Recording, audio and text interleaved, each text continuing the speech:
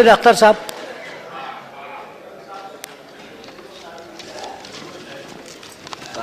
शुक्रिया चेयरमैन साहब। अच्छा वक्त, बुरा वक्त, कैसा भी वक्त हो गुजर जाता है। तो ये 6 साल भी गुजर गए और ऐसे गुजरे कि लगा कि मैंने 6 बार आंखें झपकाई हैं, इतनी तेज़ी से निकल गए। लेकिन इस तेज़ी में भी जो कुछ देखने को मुझे मिला वो मैं ज़िंदगी भर अपने दिल में, अपने जहन में संभाल के रखूँगा। वो बड़ी कीमती चीज़ है। मैंने यहाँ लीडर ऑफ द ऑपोजिशन और उसके बाद leader of the house Shri Arun Jaitley की स्कॉलरली स्पीचेस सुनी। मैंने यहाँ चिदम्बरम साहब और कपिल सिब्बल साहब का इनके साथ डिबेट सुनी। मैंने यहाँ भिंद्रा करात और सीताराम येचूरी की पैशनेट और लॉजिकल तकरीरें सुनी। मैंने यहाँ श्री रविशंकर प्रसाद के विट को देखा। यहाँ राम गोपाल यादव साहब जो सख्त से सख्त बात नर्म से नर्म लहजे में कह सकते हैं, उनकी बातें सुनी। और भी सुनता, लेकिन मुझे एक किस्सा याद आ रहा है। मजाज उर्दू के एक बहुत बड़े शायर थे और उनका सेंस ऑफ ह्यूमर भी बहुत मशहूर था। तो वो कश्मीर गए तो पहली बार किसी मुशायरे में, तो वहाँ किसी ने पूछा कि मजाज साहब आप पहली बार आए, यहाँ के कुदरती नज़ारे देखे आपने, कैसे लगे? कहले भाई बहुत अच्छे लगे, और ये बीच में पहाड़ वहाड़ आ गए वरना और भी दिखाई देते। तो यही कह सकता हूँ कि बीच में बहुत सारे एडजॉर्नमेंट आ गए थे, वरना और भी तकरीरें सुन लेता। लेकिन खैर जितना सुना वो भी काफ़ी था। अब क्या फ़ायदा, मैं तो आपकी तारीफ कर चुका। जब ना रहे तो बेहतर जी।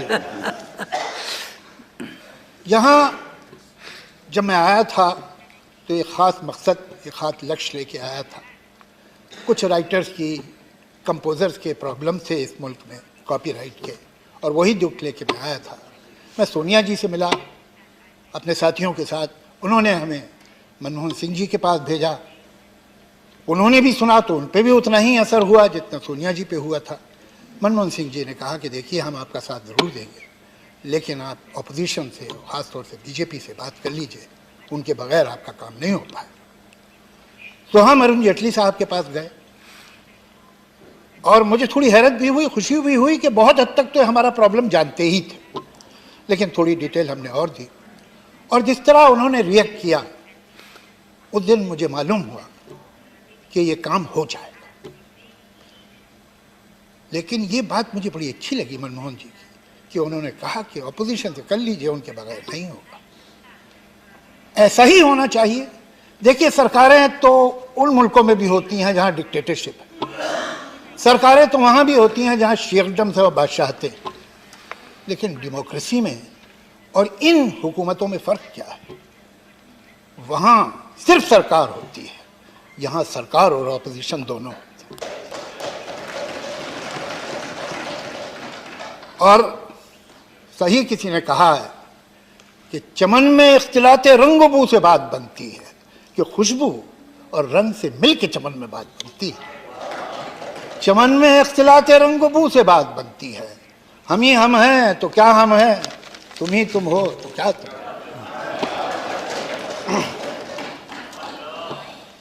देखिए क्या है कि हम बड़े खुशकिस्मत लोग, और हम शिकायतें तो करते रहते हैं हुकूमतों से भी और देश से भी और समाज से भी, लेकिन जो हमारे पास है उसका शुक्रिया हम अदा नहीं करते जितना हमें करना चाहिए, और जितना उसका एहसान मानना चाहिए उतना हम मानते नहीं। और वो है हमारा संविधान, हमारा कॉन्स्टिट्यूशन। ज़रा नज़र उठा के देखिए, यहाँ से चलेंगे तो दूसरी डेमोक्रेसी आपको मेडिटेरियन कोस्ट पे मिलती है। वो क्या बात है, वो क्या ताकत है हमारी जो हमें यहाँ मिलती है। और ये संविधान हमें डेमोक्रेसी देता, लेकिन डेमोक्रेसी, ये याद रखिए, बगैर सेकुलरिज्म के नहीं हो सकती। ये वो मुल्क हैं जिनमें सेकुलरिज्म नहीं, और इसीलिए डेमोक्रेसी नहीं। डेमोक्रेसी का मतलब क्या होता है कि ज़्यादा जिस बारे में लोगों की राय होगी, जिस तरफ अक्सरियत होगी, जिस तरफ मेजॉरिटी होगी, वो बात मानी जाएगी, जिस तरफ माइनॉरिटी होगी वो बात नहीं मानी जाएगी।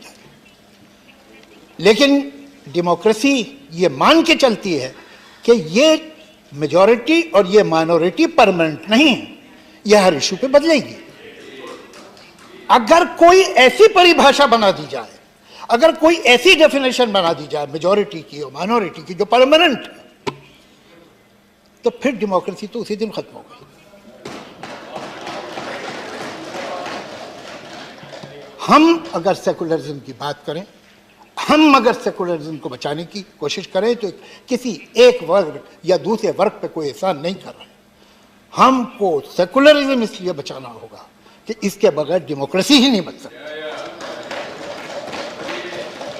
लेकिन मैं ऐसा विश्वास रखता हूं कि हमारे देश में बहुत बड़ा अचीवमेंट है, हमारे बहुत से अचीवमेंट। हम जब आज़ाद हुए तो शायद सुई बनाने के काबिल नहीं थे, आज हम एक इंडस्ट्रियल कंट्री हैं, बहुत बड़ी पावर है, बहुत बड़े अचीवमेंट्स हैं हमारे। शायद इससे भी ज़्यादा हो सकते थे, लेकिन जितने हुए वो भी बहुत थे। लेकिन सबसे बड़ा अचीवमेंट ये है कि हमने अपनी ज़मीन की धरती में जनतंत्र को उतार दिया। उसकी जड़ें इतनी गहरी हैं कि उखड़ नहीं सकती है, ये मुमकिन नहीं। ये बहुत बड़ा तोहफा है जो हमारे बुजुर्गों ने हमें दिया है। और एक तरफ ये डेमोक्रेसी, एक तरफ ये कमाल का संविधान, और दूसरी तरफ एक ऐसा मुल्क, एक ऐसी आबादी जिसमें 50% लोग जो है वो 27 साल की उम्र से नीचे, जहां 35 करोड़ लोग यंग हैं, 10 साल और 25 साल के बीच में। ये एक यंग मुल्क है, इतनी एनर्जी है इसके पास अच्छा कानून है, इसके पास एनर्जी है, इसके पास इल्म है, टैलेंट है, कैलिबर है। मैं ऐसा मानता हूं, इसलिए नहीं कि मैं हिंदुस्तानी हूं, इसलिए कि ये सच बात है कि एवरेज हिंदुस्तानी का आईक्यू बहुत अच्छा होता है।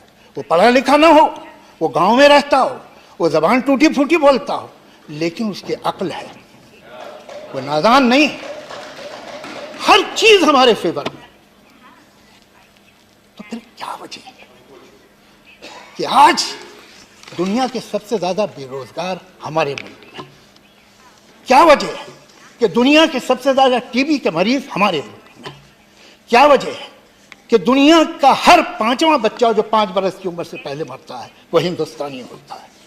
क्या वजह है कि हर साल एक कैलेंडर ईयर में 50,000 औरतें माइनर प्रेगनेंसी के कॉम्प्लिकेशन की वजह से मर जाती हैं? हमें ये सोचना होगा। ये शक्ति, ये कानून, ये सिस्टम सब हमारे पास हैं, तो हम तरक्की, डेवलपमेंट करना चाह रहे हैं तो कौन सा, किसका डेवलपमेंट, किसके लिए और किसकी कीमत? डेवलपमेंट जीडीपी नहीं है, डेवलपमेंट है ह्यूमन डेवलपमेंट इंडेक्स। सवाल ये है, जीडीपी तो मैं आपको बताऊं, एक मुल्क है दुनिया में ब्राजील, जहां दुनिया की तीसरी सबसे बड़ी प्राइवेट प्लेन्स की फ्लीट है और उनकी 1/3 आबादी पावर्टी लाइन के नीचे। ये हमें अपने देश में नहीं देखना है। मैं ऐसा विश्वास रखता हूं कि कोई भी पार्टी हो, वो तो चाहती तो यही है कि इस देश का भला हो। और अगर हम जरा सा उठ जाए, मैं देखता हूं कि जहां ये समस्या है, बेरोजगारी की, हॉस्पिटल की, दवा की, स्कूल की, कॉलेज की, इंफ्रास्ट्रक्चर की, वहां हम अपनी एनर्जी किन चीजों में लगा रहे हैं? वो क्यों वेस्ट हो रही है?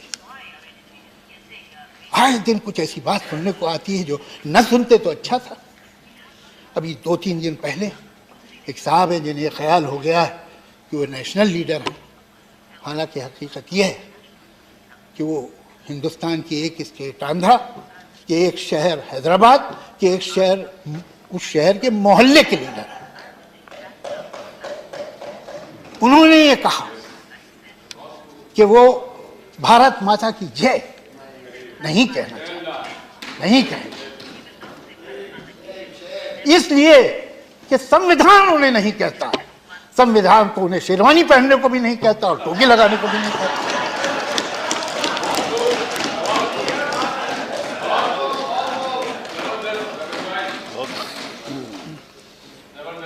मैं ये जानने में इंटरेस्टेड नहीं हूं कि भारत माता की जय कहना मेरा कर्तव्य है कि नहीं, ये मैं जानना भी नहीं चाहता, इसलिए कि ये मेरा कर्तव्य नहीं, मेरा अधिकार। और मैं कहता हूं भारत माता की जय, भारत माता की जय, भारत माता की जय। कि कौन लोग हैं? मैं इस बात को और उनके इस ख्याल को जितने सख्त वर्ड मुमकिन है जो एक्सपंज न हो उनमें कंडेम करता हूं। और मैं इतनी ही सख्ती से एक और नारे को भी कंडेम करता हूं जो अक्सर हिंदुस्तान के शहरों में बोला जाता है, मुसलमान के दो स्थान, कब्रिस्तान या पाकिस्तान। मैं उसे भी कंडेम करता हूं।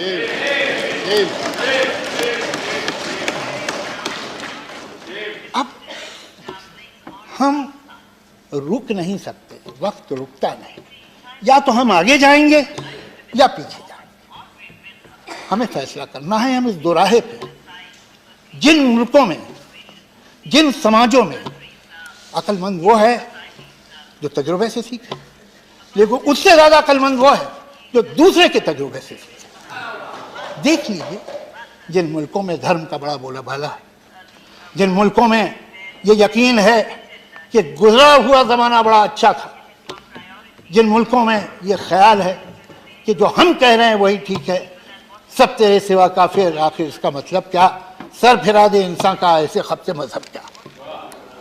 जिन मुल्कों में ये खब्त, वो कहाँ गए जहां बात पर जबान कटती है, जहां आप एक लफ्ज बोल दें जो धर्म के खिलाफ हो, मजहब के खिलाफ हो, तो फांसी दे दी जाती है। वो मुल्क हमारी मिसाल बनने चाहिए, या वो कि जहां हर तरह की आजादी, जहां last temptation of Jesus Christ भी बन सकता है। कौन से मुल्क सही है? कहां इंसान आराम से है, कहां गंदगी देता है? ये दोराहा है। आजकल जिसे हम फ्रिंज कहते हैं, वो फ्रिंज दिन ब दिन बड़ी होती जा रही है और उसकी जरूरत नहीं है। मैं शायद मेरे कुछ दोस्त मुझसे नाराज भी हों इस बात, लेकिन ये मैं दिल से समझता हूँ कि इस सरकार में बड़े काबिल लोग भी मौजूद हैं और जो बहुत अच्छा काम करते हैं वो कर सकते हैं, लेकिन उनके ऊपर ये बहुत बड़ी जिम्मेदारी है कि ये सो कॉल्ड फ्रिंज, जो कि न सिर्फ मामूली लीडर्स हैं बल्कि एमएलए भी हैं, एमपी भी हैं, मिनिस्टर ऑफ स्टेट भी हैं और कभी कभी मिनिस्टर भी हैं, वो इनको काबू में ले। इसलिए जावेद साहब जी, मजबूरन मेरी नजर घड़ी पे है। मैं भी मानता हूं सर, वक्त अच्छा नहीं है। मैं बिल्कुल आपके साथ हूं। तो मैं यही उम्मीद करूंगा कि ऑपोजिशन हो कि सरकार, ऑपोजिशन का भी रोल है, इसलिए कि ये जो नौजवान हैं ये हमेशा नौजवान नहीं रहेंगे। जापान ये एडवांटेज खो चुका है, चीन ये एडवांटेज खो रहा है। आपके पास ज्यादा से ज्यादा 20 साल हैं जब आपके पास ये एनर्जी है। आप एक प्लेटो पे पहुंच जाएंगे, फिर वहां बहुत दोनों चलेंगे, 100-150 साल बाद फिर ये हालात आएंगे। तो ऑपोजिशन को भी सोचना चाहिए और सरकार को भी कि यहाँ काम, ये एडजॉर्नमेंट जो है हमें आगे नहीं ले जाएंगे और ये पोलराइजेशन भी हमें आगे नहीं ले जाएगा। एक ऐसा हिंदुस्तान बने और बन सकता है, बहुत मुश्किल नहीं, बहुत आसान है, कि जहाँ हर सर पे छत हो, जहाँ स्तंभ पे कपड़ा हो, जहाँ पेट में रोटी हो, जहाँ हर एक के पास दवा हो, इलाज हो, स्कूल, सड़कें हो, बिजली हो, पुल हो सकता है। जरा सा बस अगले इलेक्शन की परवाह बंद कर दे आदमी और सब कुछ हो जाएगा। बहुत बहुत शुक्रिया। शुक्रिया।